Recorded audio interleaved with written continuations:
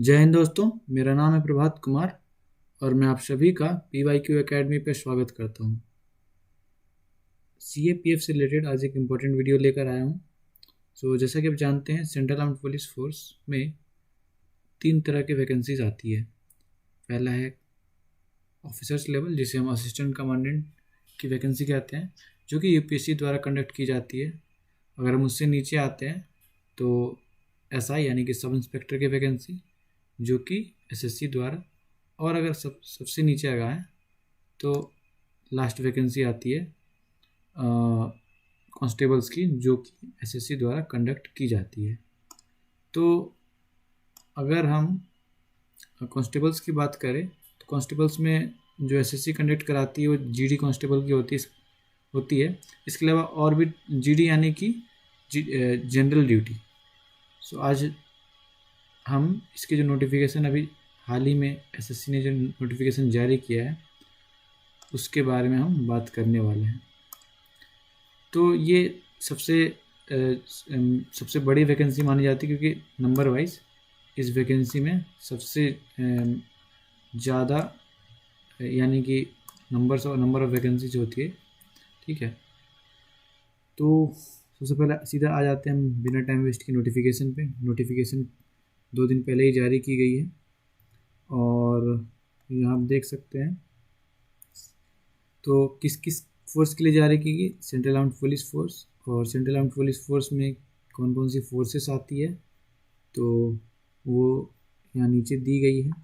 कौन कौन सी आने वाली है वो है BSF यानी कि border security force, CISF central industrial security force, central reserve police force CRPF, ITBP Indo Tibetan border police, सशस्त्र सीमा बल SSB, और secretariat security service security force, ये अलग है, ये CAPF का पार्ट नहीं है, मगर इसकी वैकेंसी ऐड की गई है। उसके अलावा राइफलमैन GD यानी कि राइफलमैन जनरल ड्यूटी, ये कांस्टेबल के लेवल का ही पोस्ट होता है, लेकिन ये असम राइफल में होता है। और उसके अलावा और एक नई पोस्ट ऐड की गई है, सिपाही इन नारकोटिक्स कंट्रोल ब्यूरो। ठीक है, ये सारी जो डिपार्टमेंट्स है ये मिनिस्ट्री ऑफ होम अफेयर्स के अंदर आती है, इसलिए इनको ऐड कर लिया गया है इस बार की वैकेंसी में। तो अब आते हैं सबसे पहले इम्पॉर्टेंट चीज़ें जो कि इस वैकेंसी से रिलेटेड। सबसे पहले फॉर्म फिलअप जो है 27/10/2022 से शुरू हो चुका है और ये 30/11/2022 तक चलेगा। तो उससे पहले आपको फॉर्म फिल कर लेना है। और ये कुछ जानकारियाँ ऑनलाइन, अगर आप ऑनलाइन पेमेंट करना चाहते हैं तो आपको 30 नवंबर की रात के 11 बजे से पहले कर लेना है। और अगर आप ऑफलाइन चालान जनरेट कर रहे हैं तो एक दिन एक्स्ट्रा दिया जाता है, यानी कि 1 दिसंबर 2022 तक आपका पेमेंट हो जाना चाहिए चालान के थ्रू। और इसका जो टेंटेटिव डेट जो दिया गया SSC द्वारा वो है जनवरी 2023। तो हालांकि इससे पहले खबरें ये आ रही थी कि नोटिफिकेशन दिसंबर में आएगी और एग्ज़ाम जो है फरवरी मार्च तक होगा, लेकिन SSC ने बहुत ही जल्दी इस वैकेंसी को जारी कर दिया। अब आते हैं कि ओवरऑल क्या प्रोसेस होने वाला है। तो सिंपल एक लाइन में कहा जाए तो सबसे पहला रिटन एग्ज़ाम होने वाला है, जो कि कंप्यूटर बेस्ड एग्जामिनेशन CBE होगा। उसके अलावा जो बच्चे कंप्यूटर बेस्ड एग्जामिनेशन पास करेंगे उनको फिजिकल एफिशिएंसी टेस्ट के लिए बुलाया जाएगा, और साथ में उनका PET यानी कि ये यानी कि जो रनिंग होने वाला है, PST जो मेजरमेंट, और उसके अलावा मेडिकल एग्जामिनेशन, और लास्ट में डॉक्यूमेंट वेरिफिकेशन। ये सारे हो जाने के बाद SSC द्वारा मेरिट लिस्ट तैयार किया जाएगा और उसमें जो कैंडिडेट सफल होंगे उनको ज्वाइनिंग लेटर दिया जाएगा। अब आते हैं कुछ महत्वपूर्ण जानकारियाँ। तो सबसे पहले ये सिर्फ ऑनलाइन मोड में फॉर्म फिलअप होगा। ठीक है, और एग्ज़ाम भी ऑनलाइन एग्ज़ाम होगा, यानी कंप्यूटर बेस्ड एग्जामिनेशन। उसके अलावा PET PST इसकी जानकारी आगे हम डिस्कस करने वाले हैं फ़िलहाल। और ठीक है, उसके अलावा चलिए आते हैं सबसे इम्पोर्टेंट जानकारी पे। तो सबसे पहले आते हैं पे स्केल यानी कि सैलरी। तो आपको सैलरी कितने मिलने वाली है अगर आप ये एग्ज़ाम पास कर जाते हैं तो इसमें 2 अलग अलग पोस्टों का डिटेल दिया गया। पहला है कि अगर आप NCB में as a narcotics control bureau में एज ए सिपाही ज्वाइन करते हैं तो आपकी सैलरी कम से कम 18,000 और ज़्यादा अधिक से अधिक 56,900, इस रेंज में आपकी सैलरी होगी। और इसके अलावा बाकी जो पोस्ट है यानी कांस्टेबल जीडी इन सीएपीएफ और राइफलमैन जीडी इन असम राइफल, अगर इसमें ज्वाइन करते तो इसका लेवल 3 होता है और लेवल 3 का पे 21,700 से लेकर 69,100 तक जाता है। तो हालांकि पे में डिफरेंस है एनसीबी और इसमें, लेकिन सिपाही एंड एनसीबी एक बहुत अच्छी जॉब है। इसमें आप नारकोटिक्स कंट्रोल ब्यूरो में आप सबसे लोएस्ट पोस्ट पर जाएंगे और एनसीबी का काम ज़्यादातर काम जो होता है वो इंटेलिजेंस गैदर करके और जितने भी इलीगल ड्रग ट्रैफिकिंग होती है उनको रोकना होता है। ठीक है, तो ये भी काफ़ी अच्छी जॉब है, इसको भी काफ़ी लोग ऑप्ट कर सकते हैं। अब आते हैं वैकेंसी को। और वैकेंसी हालांकि कही जा रही थी कि वैकेंसी, चूँकि इलेक्शन ईयर तो वैकेंसी काफ़ी ज़्यादा होनी चाहिए थी, मगर वैकेंसी देखा जाए तो ये बहुत ही कम वैकेंसी है, 24,205। हालांकि ये टेंटेटिव वैकेंसी है और ये वैकेंसी बढ़ सकती है, और इलेक्शन ईयर होने के कारण 2 साल बाद इलेक्शन है तो वैकेंसी काफ़ी ज़्यादा, ये 30,000, 40,000, 50,000 तक भी जा सकती है। जैसे कि आपने एसएससी सीजीएल में देखा 20,000 प्लस वैकेंसीज नोटिफाई हो चुकी है। उसके अलावा खबरें आ रही है कि ये 37,000 तक जा सकती है, तो इसमें भी ये हो सकता है, इसमें इवन 50,000 तक जा सकती है। ठीक है, तो अब देखा जाए तो इस बार सबसे ज़्यादा वैकेंसी जो है वो बीएसएफ में दिया गया है और सीआईएसएफ में वैकेंसी बहुत ही ज़्यादा कम है, क्योंकि इससे पहले जो वैकेंसी आई थी पिछले साल वाली उसमें सीआईएसएफ की वैकेंसी अधिक थी, तो इसलिए इसमें कम हो गया। उसके अलावा उसके बाद फिर सीआरपीएफ, तो जिनको बीएसएफ और सीआरपीएफ में जाना उनके लिए ये बेस्ट चांस होने वाला है। उसके अलावा एसएसबी में भी बाकी सब में कम कम वैकेंसी है, एसएसबी, आईटीबीपी, असम राइफल्स। आप यहाँ देख सकते हैं कैटेगरी वाइज वैकेंसी दी गई है। इसके अलावा मेल और फीमेल की अलग अलग वैकेंसीज हैं, तो और ये अलग से जो दूसरा ऐड किया गया एनसीबी, जिसको अलग से वैकेंसी दी गई है। तो अब आते हैं इस वैकेंसी के बाद, अब इससे इम्पोर्टेंट क्या क्या चीज़ें हैं। ठीक है, एक्स सर्विसमैन के लिए 10% रिजर्वेशन होता है, मगर ये दिया, इसमें ये दे रखा गया है कि अगर एक्स सर्विसमैन की वैकेंसी पूरी नहीं होती है तो वो उस वैकेंसीज को नॉन एक्स सर्विसमैन कैंडिडेट्स को दे दिया जाएगा, जो कि ये बहुत ही अच्छी खबर है। उसके अलावा अब आते हैं अपॉइंटमेंट के लिए। यहाँ पर दे रखा है कि appointment are liable to serve anywhere in India, यानी कि आपको ज्वाइनिंग हो जाने के बाद कहीं भी सर्व करने के लिए भेजा जा सकता है इंडिया के अंदर। ठीक है, और इंडिया के बाहर भी हो सकता है। ठीक है, अब आते हैं सिटीजनशिप पे। सिटीजनशिप यहाँ पे साफ साफ लिख रखा है सिटीजन ऑफ इंडिया।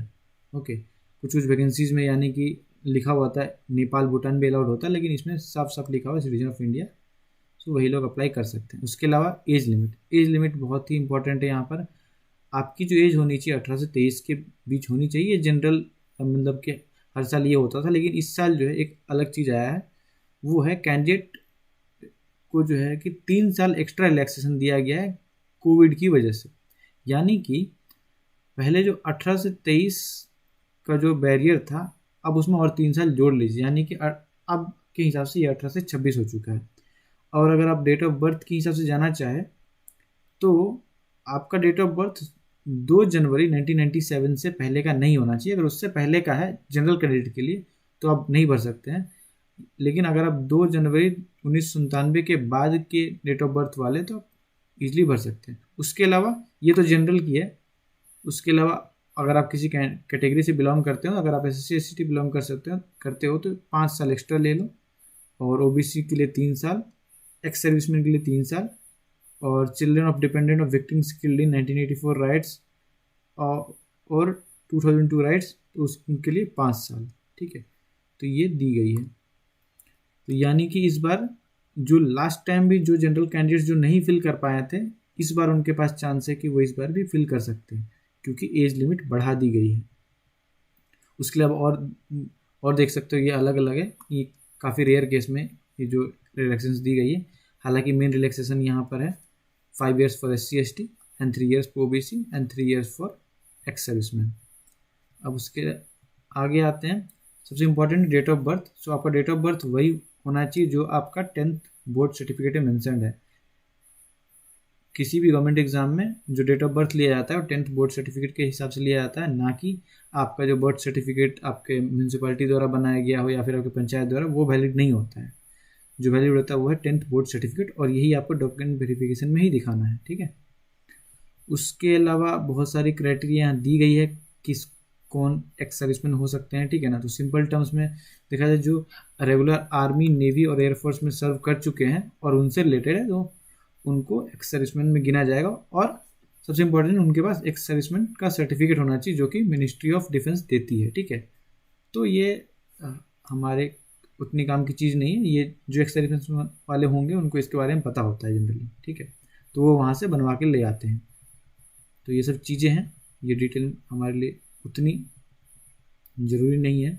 अब आते हैं उसके अलावा जो कैटेगरी सर्टिफिकेट, यानी कि अगर आप किसी कैटेगरी से बिलोंग करते हैं, SC ST OBC या फिर EWS, तो उससे रिलेटेड इसके इस PDF में जो है कि एक फॉर्मेट दिया गया है उसके अकॉर्डिंग होना चाहिए, या फिर आप जो अपने रेस्पेक्टिव ब्लॉक्स में जाएंगे वहाँ आपको करेक्ट फॉर्मेट में दे दिया जाएगा। अब सबसे इंपॉर्टेंट है क्रूशियल डेट, यानी कि किस डेट तक आपका सर्टिफिकेट बना होना चाहिए, SC ST OBC या EWS। तो यहाँ साफ साफ लिखा गया है will be the closing date for receipt of online application form. और ऑनलाइन एप्लीकेशन फॉर्म का डेट बंद होने का डेट कितना है, 30 नवंबर। यानी कि 30 नवंबर आपका जो SC ST या OBC या EWS सर्टिफिकेट जो होना चाहिए वो 30 नवंबर 2022 से पहले का बना होना चाहिए।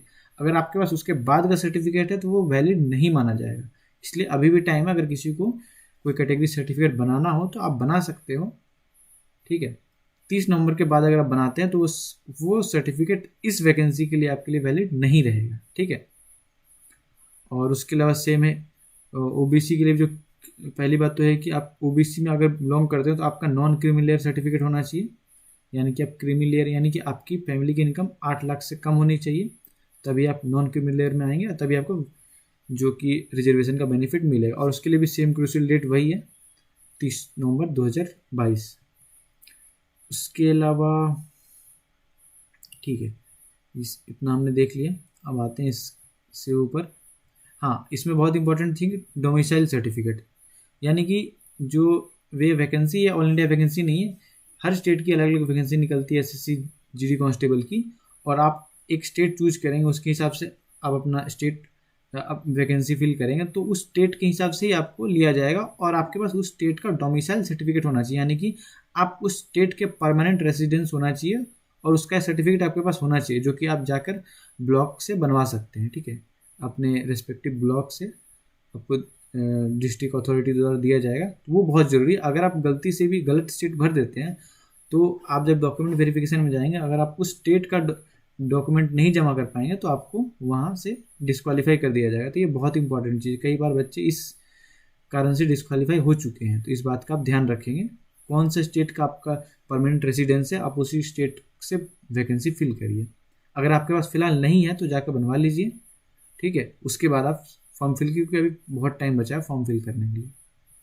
उसके अलावा आते हैं एजुकेशनल क्वालिफिकेशन। सिंस ये सबसे छोटी जॉब है, अगर हम लेवल वाइज देखें, ये ग्रुप C जॉब है, तो इसमें जो मिनिमम क्वालिफिकेशन होता है वो है मेट्रिकुलेशन, यानी कि क्लास 10। अगर आप क्लास 10 पास्ड है तो आप ये एग्ज़ाम का फॉर्म फिल कर सकते हैं। इसके अलावा और कोई एजुकेशनल क्वालिफिकेशन नहीं चाहिए आपको, ठीक है। ये सबसे इम्पोर्टेंट थिंग है, और यही जो सर्टिफिकेट है यही आपको डॉक्यूमेंट वेरिफिकेशन के सामने ले जाना है। साथ ही साथ आपको मार्कशीट और फिर जो डिग्री सर्टिफिकेट दोनों लेकर जाना है, या फिर प्रोविजनल है तो प्रोविजनल लेकर जाना है, ठीक है। उसके अलावा इसमें जानते हैं आप डिफेंस सर्विस जितने हैं या फिर मिनिस्ट्री ऑफ होम अफेयर्स के यूनिफॉर्म फोर्सेस में NCC की मान्यता दी जाती है, NCC सर्टिफिकेट। तो अगर आपके पास A B C तीनों सर्टिफिकेट है, तो अगर आपके पास C है तो आपको 5% का रिलैक्सेशन 5% एक्स्ट्रा मार्क्स दिया जाएगा, ठीक है, टोटल मार्क्स पे। और 3% एक्स्ट्रा दिया जाएगा अगर आपके पास B सर्टिफिकेट है, और 2% मार्क्स दिया जाएगा अगर आपके पास A सर्टिफिकेट। यानी कि टोटल इस एग्ज़ाम में जो है 160 मार्क्स का एग्ज़ाम होने वाला है, आई थिंक। तो 160 का 5% निकाल लीजिए और उसको ऐड कर लीजिए पहले से एक्स्ट्रा, अगर आपके पास ये सर्टिफिकेट है तो, ठीक है।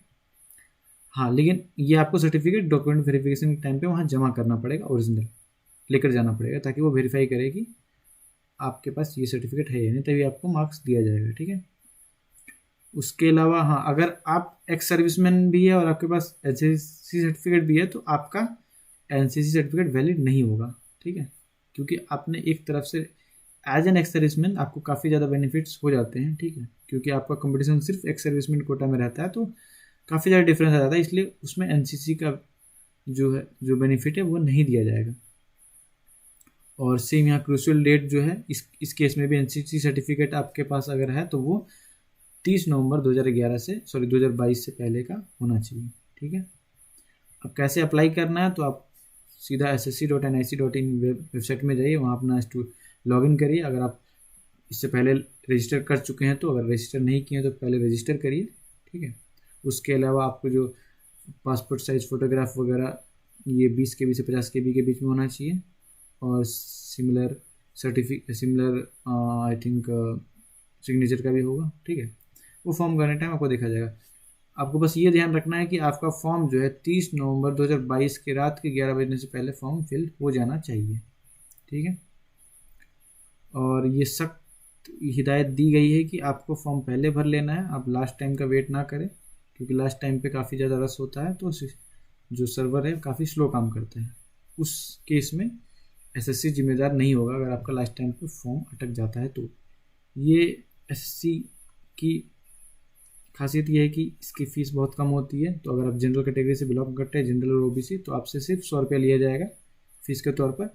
उसके अलावा अगर आप महिला है, वुमेन, या फिर SC/ST कैटेगरी से बिलोंग करते हैं, या फिर एक्स सर्विसमैन है, तो आपको फ़ी नहीं देना पड़ेगा, आपको सिर्फ फॉर्म फिल कर लेना है, ठीक है। उसके अलावा आप ऑनलाइन पे करने के लिए बहुत सारे मेथड्स हैं। आप भीम UPI से पे कर सकते हैं, नेट बैंकिंग से कर सकते हैं, different debit and credit card से कर सकते हैं। उसके अलावा SBI चालान से कर सकते हैं, जो कि आपको नियरेस्ट ब्रांच में जाके आपको सबमिट करना पड़ेगा, ठीक है। उसके अलावा अगर हम आते हैं तो ये हो गया, हमने पेमेंट देख लिया। आपको ये चेक कर लेना है पेमेंट हो जाने के बाद आपका पेमेंट सक्सेसफुल हुआ ही नहीं, और पेमेंट सक्सेसफुल होने के बाद ही माना जाएगा कि आपका फॉर्म जो है पूरी फिल होकर सबमिट हो चुका। उसके बाद फिर आपको क्या करना है, आपको वो एप्लीकेशन फॉर्म का प्रिंट आउट लेकर रख लेना है, ठीक है। उसके अलावा सेंटर्स, तो आप जो जोन सेलेक्ट करेंगे उस जोन में आपको 3 सेंटर सेलेक्ट करने का मौका दिया जाता है। तो आपके घर से जो नियरेस्ट है उसको चूज़ करिए, ठीक है। जैसे कि अगर आप सपोज सेंट्रल रीजन में रहते हैं, यानी कि बिहार और उत्तर प्रदेश, तो आप अपने घर के पास वाले जो कोई भी 3 सेंटर चूज कर सकते हैं। उन तीनों सेंटर में से जो अवेलेबल रहेगा वो आपको बेस्ट दे दिया जाएगा। हालांकि ये कहा गया है कि आप जितनी जल्दी फॉर्म फिल करेंगे उतनी जल्दी आपको जो सेंटर्स जो आपने चूज़ किया वो आपको मिल जाएगा। और आप लेट से करते हैं तो हो सकता है कि जो सेंटर्स पहले से फुल हो जाए तो आपका सेंटर कहीं और भी कर जाए। उसके अलावा इसमें मेंशन किया गया है कि एसएससी के ऊपर है, अगर वो कभी भी किसी वक्त आपका सेंटर चेंज कर सकती है, ठीक है, किसी मीन्स अनएक्सपेक्टेड प्रॉब्लम आ जाने की वजह से, ठीक है। हालांकि उसका डिटेल आपको पर्सनली दे दिया जाएगा अगर इन केस आपका सेंटर चेंज होता है तो, ठीक है। उसके अलावा यहाँ साफ साफ मेंशन किया गया है कि भाई पहले CBE होगा, कंप्यूटर बेस्ड एग्जामिनेशन होगा, फिर PET PST एक साथ होता है, फिर डिटेल मेडिकल एग्जामिनेशन के लिए बुलाया जाएगा, ठीक है। या फिर आपको मेडिकल में अगर री मेडिकल मिला है तो रिव्यू मेडिकल के लिए आप अपीयर होंगे। ये हो जाने के बाद आप डॉक्यूमेंट वेरिफिकेशन पे जाएंगे और वहाँ के बाद फिर आप वेट करेंगे मेरिट लिस्ट आने का। अब आते सबसे इम्पोर्टेंट एग्ज़ाम में थोड़ा चेंज लाया गया है पैटर्न में, ठीक है। इस बार का जो एग्ज़ाम होने वाला है वो सिर्फ 1 घंटे का एग्ज़ाम होने वाला है। उसमें आपको 20 सवाल रीजनिंग के, 20 सवाल GK, 20 मैथमेटिक्स और 20 इंग्लिश हिंदी, ठीक है। तो और एक सवाल का 2 मार्क्स होगा, यानी कि टोटल 160 मार्क्स का एग्ज़ाम होगा 1 घंटे में। उसके अलावा जो निगेटिव होगा पर क्वेश्चन आप 0.5 मार्क्स, यानी कि 1/4 निगेटिव दिया गया है। और आप एग्ज़ाम के टाइम पे वहाँ पर अपने कंप्यूटर पे क्वेश्चन का लैंग्वेज इंग्लिश या हिंदी चूज कर सकते हैं। इसके अलावा और कोई लैंग्वेज नहीं दिया जाएगा। और डेट ऑफ जो एग्जामिनेशन है वो फिलहाल अभी टेंटेटिव डेट जनवरी का दिया गया। उसके अलावा जो परफेक्ट डेट है वो वेबसाइट पे कुछ दिनों में आ जाएगा, ठीक है। तो ये थी इम्पोर्टेंट जानकारी। उसके अलावा आंसर कीज वगैरह का भी डिटेल यहाँ दिया गया है, ठीक है। ये उतनी इम्पोर्टेंट जानकारियाँ हैं नहीं, हम आगे बढ़ते हैं। ठीक है। अब सिलेबस लगभग सेम है। सिलेबस में बहुत बड़ा कुछ चेंज नहीं किया गया मेरे हिसाब से, लेकिन आपको सिलेबस एक बार सिलेबस को गो थ्रू कर लेना है, ठीक है, पूरा पूरी। ये है रीजनिंग का सिलेबस, फिर उसके बाद फिर ये जीके का सिलेबस, उसके अलावा ये मैथमेटिक्स और इंग्लिश का थोड़ा सिलेबस। हालांकि सिलेबस नहीं बताया गया इंग्लिश हिंदी में, ठीक है। उसके अलावा अगर जो बच्चे ये पास कर जाएंगे रिटन एग्ज़ाम, उनका कट ऑफ बनेगा, और जो पास कर जाएंगे उनको फिजिकल के लिए बुलाया जाएगा। फिजिकल में 2 पार्ट होता है, पीईटी एंड पीएसटी। पीईटी यानी कि आपका जो रनिंग है, और पीएसटी यानी कि जो मेजरमेंट स्टैंडर्ड्स। तो अगर हम बात करें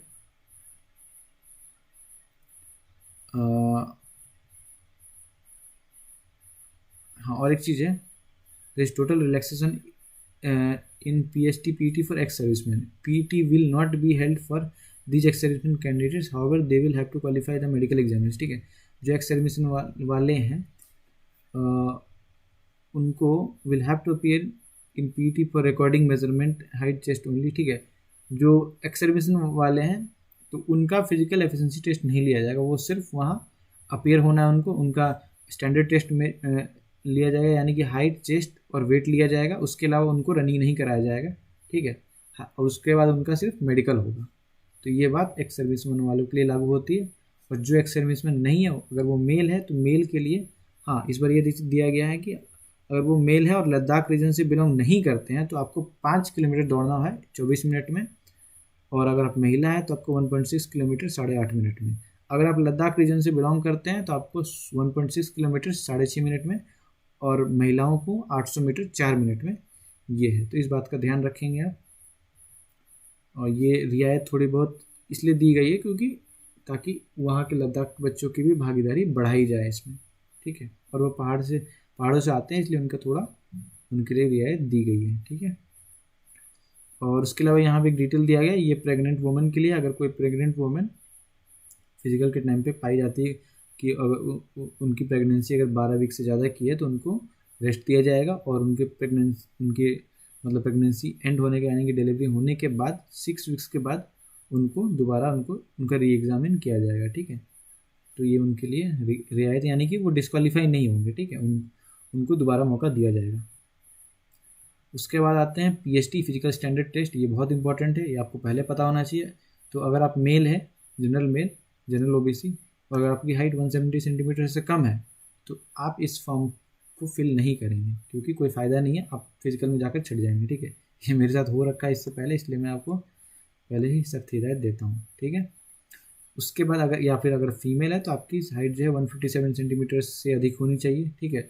आपको हाइट नापना है तो आपका हाइट 170 से अधिक ही हो तभी जाए, क्योंकि जनरली हम नापते हैं तो हम कम नाप लेते हैं, लेकिन मतलब हम अधिक नाप लेते हैं और उनके हिसाब से हमारी हाइट कम होती है। अब आते हैं थोड़े बहुत और डिटेल्स के हिसाब से आते हैं। अगर आप SC/ST कैंडिडेट है, schedule tribe all over India, तो आपको 162.5 होनी चाहिए आपकी हाइट, और फीमेल की हाइट 150 सेंटीमीटर्स। लेकिन अगर आप schedule tribe north east area से बिलोंग करते हैं तो आपकी हाइट 157 सेंटीमीटर से अधिक होनी चाहिए, ठीक है। क्योंकि वहाँ नॉर्थ ईस्ट के लोग ज़्यादातर, वहाँ हिली स्टेट्स है, तो वहाँ पर लोगों की हाइट जेनेटिकली थोड़ी कम होती है, ठीक है। उसके अलावा अगर आप left wing extremism affected district से, यानी कि आप नक्सल अफेक्टेड डिस्ट्रिक्ट से, यानी कि जो छत्तीसगढ़ के इलाके हो गए और झारखंड, ठीक है, ये गवर्नमेंट ने खुद डिक्लेयर कर रखा है कि इनको हम एक्सट्रीमली अफेक्टेड एरिया मानेंगे, ठीक है। तो उनका लिस्ट दिया गया है, उनके वहाँ से जो कैंडिडेट्स बिलोंग करते हैं उनकी हाइट 160 सेंटीमीटर होनी चाहिए मेल के लिए, और फीमेल के लिए 147.5, ठीक है। उसके अलावा अगर कोई भी कैंडिडेट गढ़वाली, कुमाऊँ, डोगरा, मराठा, इन सब कैटेगरी से बिलोंग करता है, इन सब कम्युनिटी से बिलोंग करता है, तो उनकी height 165, irrespective of being SC और ST। कोई जनरल कैंडिडेट भी है तो भी उसको 165 सेंटीमीटर्स उनके लिए कट ऑफ है, और 155 फॉर फीमेल। उसके अलावा अगर कोई नॉर्थ ईस्ट से जनरल कैंडिडेट है, ये तो हमने देखा नॉर्थ ईस्ट से ST, तो नॉर्थ ईस्ट से कोई जनरल कैंडिडेट है तो उसके लिए 162.5, और in general all over India से है तो 170, ठीक है। ये अलग अलग चीज़ें दी गई है। और एक चीज़, अगर कोई गोरखा टेरिटोरियल एडमिनिस्ट्रेशन, यानी कि गोरखालैंड, जो कि दार्जिलिंग का जो एरिया है, वहाँ के लोगों को, वहाँ पर काफ़ी सारे ट्राइब्स है, तो उनके लिए भी हाइट की रियायत दी गई 155 centimetre for boys and 152.5 for girls. ठीक है, अब आते हैं चेस्ट मेजरमेंट। तो chest measurement in general candidate का जो होना चाहिए 80 सेंटीमीटर्स अनएक्सपेंडेड होना चाहिए, यानी कि बिना सांस लिए हुए, बिना सांस भरे हुए, और सांस भरने के बाद आपकी जो एक्सपेंशन होनी चाहिए कम से कम 5 सेंटीमीटर की होनी चाहिए। ये लगभग हर फोर्स के फिजिकल स्टैंडर्ड टेस्ट में कॉमन होता है 5 सेंटीमीटर एक्सपेंशन। उसके अलावा थोड़ी बहुत रियायत एसटी कैंडिडेट को दी गई है, अगर आप, क्योंकि उनके हाइट की रियायत दी गई है तो हाइट के अकॉर्डिंग चेस्ट भी थोड़ी कम होगी। तो एसटी कैंडिडेट्स की चेस्ट 76, और अगर गढ़वाली, कुमायूं, डोगरा ये वाले तो 78, और उसके अलावा नॉर्थ ईस्ट से है 77। ठीक है, तो ये उनके अकॉर्डिंग है, देख लेंगे। हाँ, और एक चीज़ यहाँ पर गर्ल्स के लिए चेस्ट का मेजरमेंट नहीं दिया है कि उनके लिए वो पीएचटी वैलिड नहीं है। ठीक है, तो अगर अब ये चेस्ट का मेजरमेंट सिर्फ बॉयज़ में किया जाता है, गर्ल्स के लिए सिर्फ height and weight. Chest measurement for female candidates will not be taken, यहाँ दे रखा है। ठीक है, उसके अलावा proportionate to height and age as per medical standards. हाँ, वेट जो है आपके हाइट के हिसाब से होना चाहिए, हाइट और एज के हिसाब से। उसका चार्ट जो है ये लोग प्रोवाइड कर देते हैं। ठीक है, तो वो बात की बात है। अब उसके अलावा आते हैं, और उसके अलावा अगर कुछ इंपॉर्टेंट जानकारियाँ हैं तो देखते हैं। मेडिकल एग्जामिनेशन, ये मेडिकल के बारे में हम बाद में बात करेंगे। ठीक है, और ठीक है, एडमिशन टू एग्जामिनेशन हमने देख लिया, इसमें फ़िलहाल के लिए कोई खास जानकारी है नहीं। ठीक है, ये सारी चीज़ें हैं कि आप एग्ज़ाम के टाइम पे अपेयर होंगे तो क्या क्या लेकर अपेयर होंगे। ठीक है, आई थिंक हमने लगभग सारी इम्पोर्टेंट चीज़ें कवर कर ली है। ठीक है, कैसे आपको प्रेफरेंस भरना है फोर्स का, वो सब बता रखा है। ठीक है, let me check is there anything left, important information. Resolution of tie cases, ठीक है, ये आप डिटेल में पढ़ सकते हैं। ठीक है, ये मैंने जो भी बेसिक जानकारियाँ हैं वो मैंने आपको बता दी है। अगर कोई छूट गया हो तो आप कमेंट कर सकते हैं। ठीक है, मैं इसके आगे पढ़ा नहीं हूँ। ठीक है, मेरे हिसाब से इतने में सारी जानकारियाँ मिल जाएगी। ठीक है, तो आगे बहुत ही आगे पूरा डिटेल प्रोसीजर है ऑनलाइन एप्लीकेशन फॉर्म फिल करने का। ठीक है, तो ये सिंपल है, या तो आपने रजिस्ट्रेशन नहीं किया तो आप एक बार रजिस्ट्रेशन कर ले सही से। उसके अलावा अगर आप रजिस्ट्रेशन कर रखें तो आपको एक लॉगिन आईडी और पासवर्ड मिला होगा, सीधा जाकर वहाँ पर अपना स्टूडेंट आईडी लॉगिन करें, और वहाँ से आपको बस थोड़े से इन्फॉर्मेशन फिल करने के बाद आपका फॉर्म फिलअप हो जाएगा। ठीक है, फिलहाल अभी फॉर्म आया हुआ 2-3 दिन ही हुआ है, तो पहले थोड़ा दिन वेट कर लें। ठीक है, आप देख लें आपके सारे सर्टिफिकेट्स आपके पास अवेलेबल है या नहीं, उसके बाद ही आप जंप करें इसमें फॉर्म फिल करने के लिए। काफ़ी टाइम बचा हुआ है, मैं कहूँगा कि आप 10 नवंबर तक में फॉर्म फिल कर लें अपना। ठीक है, अगर आप रेगुलर कैंडिडेट है तो, और अगर आप पहली बार फॉर्म फिल कर रहे हैं और आपके पास इंपॉर्टेंट सर्टिफिकेट, जैसे खासकर अगर आप किसी कैटेगरी से बिलोंग करते हैं, अगर आपके पास कैटेगरी सर्टिफिकेट नहीं है तो बनवा लें, क्योंकि अभी काफ़ी टाइम बचा है, 1 महीना टाइम है, और 1 महीना टाइम काफ़ी होता है, बन जाएगा। ठीक है, तो आई होप मैंने मोस्ट इम्पॉर्टेंट जो भी जानकारियाँ थी मैंने आपको बता दी। ठीक है, और हालांकि ये CAPF से रिलेटेड मैंने पहले वीडियो, मतलब GD कांस्टेबल से रिलेटेड मैंने पहला वीडियो बनाया। इससे पहले अगर आपको मेरी कोई वीडियोस देखनी है तो आप जो है प्लेलिस्ट में जा सकते हैं, वहाँ पर आपको हालांकि GD कांस्टेबल से रिलेटेड वीडियो नहीं मिलेगी, आपको सेंट्रल आर्म पुलिस फोर्स में असिस्टेंट कमांडेंट से रिलेटेड काफ़ी सारे वीडियोस मिलेगी। तो अगर आप वो प्रिपेयर करना चाहते हैं तो आप प्लेलिस्ट में जाकर वीडियो देखें। आप सीडीएस और NDA प्रिपेयर करना चाहते हैं तो आप वहाँ से आप काफ़ी सारी जानकारियाँ ले सकते हैं।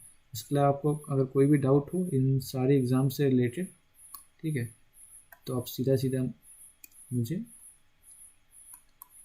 कमेंट कर सकते हैं, या फिर आप दिए गए टेलीग्राम चैनल या फिर टेलीग्राम नंबर पे आप मैसेज कर सकते हैं डायरेक्टली। ठीक है, तो अगर आपको ये वीडियो पसंद आया तो डेफिनेटली शेयर करिए।